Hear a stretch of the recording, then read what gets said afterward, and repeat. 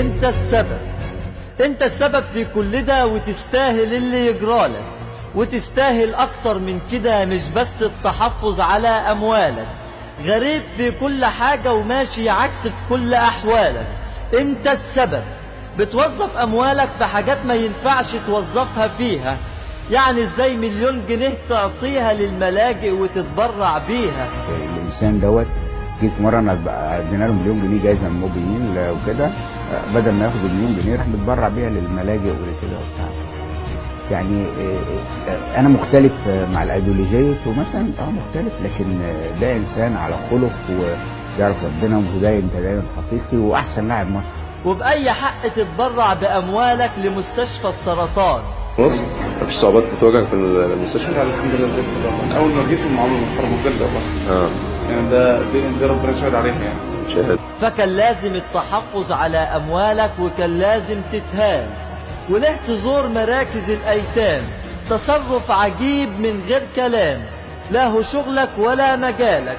ليه تزورهم وتصرف في مالك؟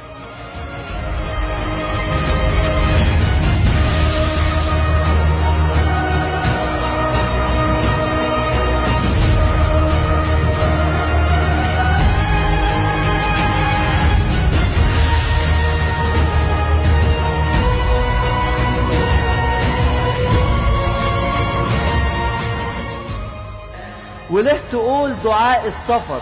ما تركب زينا بالبركة. دعاء السفر. الله أكبر الله أكبر الله أكبر الله أكبر الله أكبر سبحان الذي. مش كفاية علمتهم السجود بعد أي هدف ولا حركة؟ وليه تجيب تكييفات؟ ما تسيب الجو بطبيعته، حتى لو كان حر دي إرادته ومشيئته. يعني مساجد هنا عندنا مسجد زي ابو سنه جاب له تكييفات، مسجد زي ابو بكر جاب له تكييفات، ناس تعبانه بيساعدها، بيعمل الخير. وليه تساعد الفقير وتضيع فلوسك ليه؟ ما تخلي عقلك كبير، انت مأكسده كده ليه؟ وازاي تتعاطف مع غزة؟ احنا مالنا ومالهم، مالكش دعوة بغيرك، ما تشغلش بالك باللي جرالهم. وليه كاتب نحن فداك يا رسول؟ ناسي انك في ملعب، ملكش دعوة بحاجة غير انك تهدف وتلعب. وليه تهتف للشهداء ال72 والطالب بحقهم؟